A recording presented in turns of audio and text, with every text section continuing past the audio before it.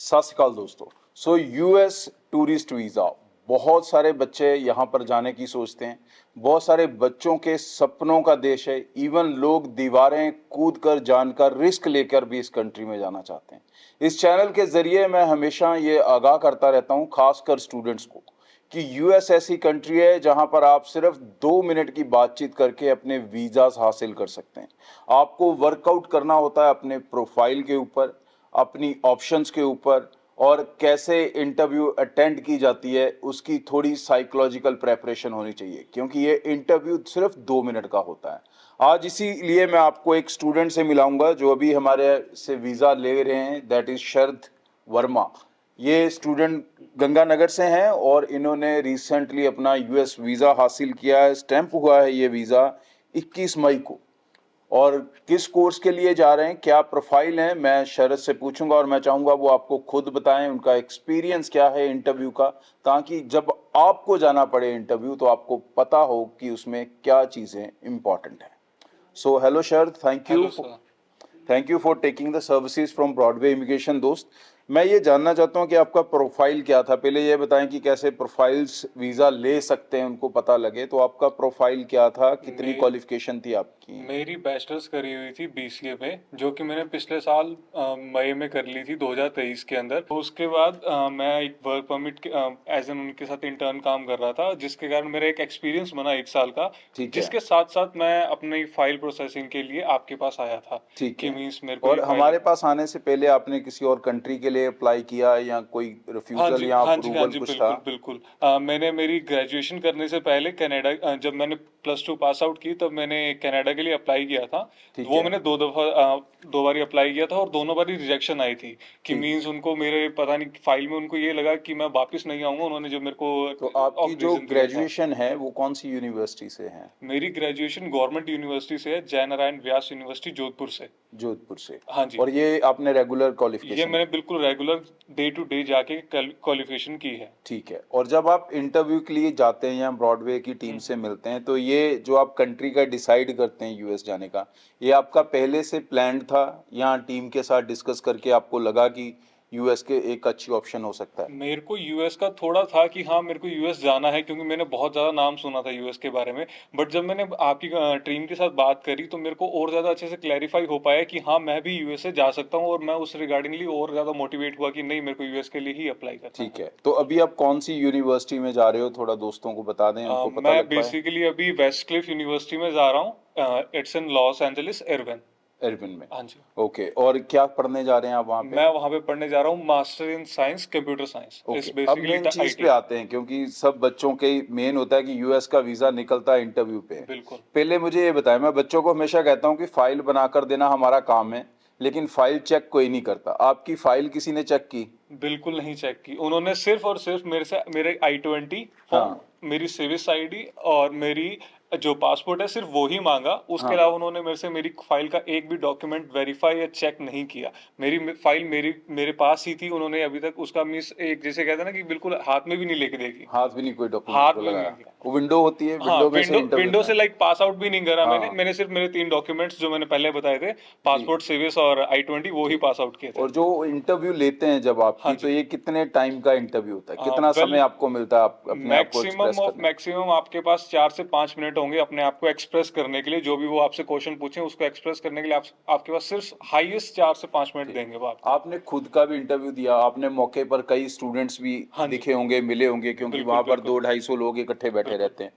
तो जब आप सबसे मिले या जर्नली, आपका क्या लगता है कि एम्बेसी मेन क्वेश्चंस कौन से पूछती है?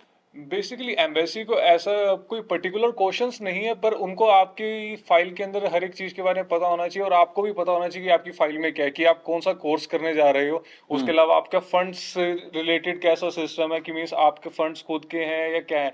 उनको चाहिए कि आप पूरे जेन्युइन हैं, उनके साथ कोई भी फेक डॉक्यूमेंट्स है वैसा कुछ ना हो। कि जो भी अगर आपके फंड्स है तो उनका भी आपके पास एक प्रॉपर होना चाहिए कि आपके पास वो फंड्स कैसे है, या फिर आपकी फैमिली के पास वो फंड कैसे है। ओके। इस रिलेटेड थोड़ा सा मैं एलेबोरेट करना चाहूंगा कि आप मुझे बताएं कि क्या क्वेश्चन पर्टिकुलरली पूछा गया और आपने क्या आंसर किया उसे लेके। वेल बेसिकली जैसे मेरा तो मेरी मम्मी ने और मैंने खुद ने स्पॉन्सर किया था, तो मेरे पे पहला क्वेश्चन आया था कि आपके फंड्स करवा रहा है। सो उसका मैंने ये कहा था कि मैं खुद स्पॉन्सर कर रहा हूँ और उसके अलावा मेरी मम्मा स्पॉन्सर कर रहे हैं।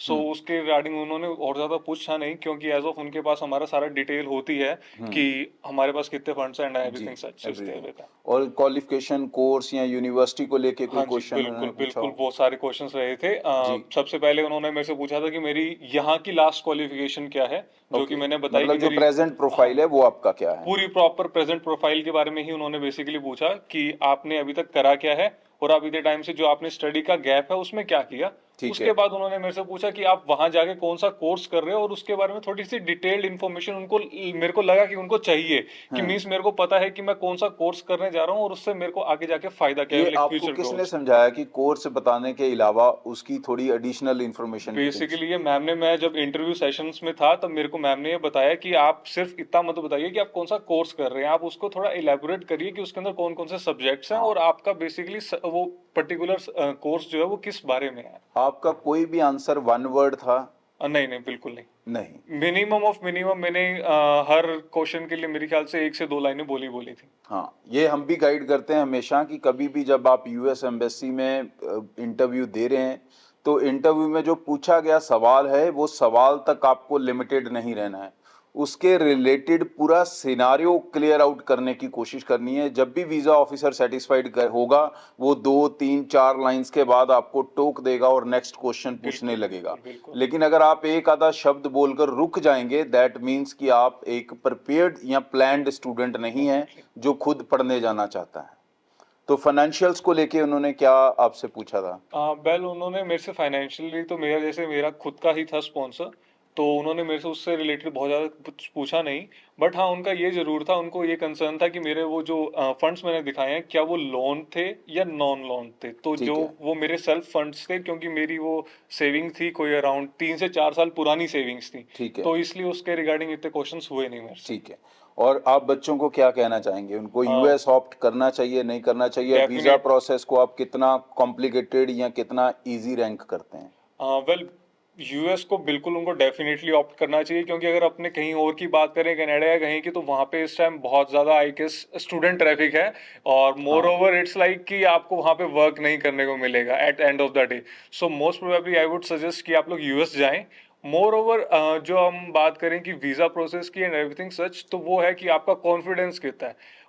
Visa processing is very easy, but जो इंटरव्यू के अंदर मेन चीज देखी जाएगी वो है कि आप कितने मैच्योर हो और कितने कॉन्फिडेंट हो अपने लाइक आंसर्स को लेके, अपने फ्यूचर गोल्स को लेके। सो दैट्स द मेन की टू द यूएस ये इंटरव्यू। आपने बहुत शानदार और लाइन बोली है कि आप कितने मेच्योर दिखते हो अपने कंटेंट को लेके।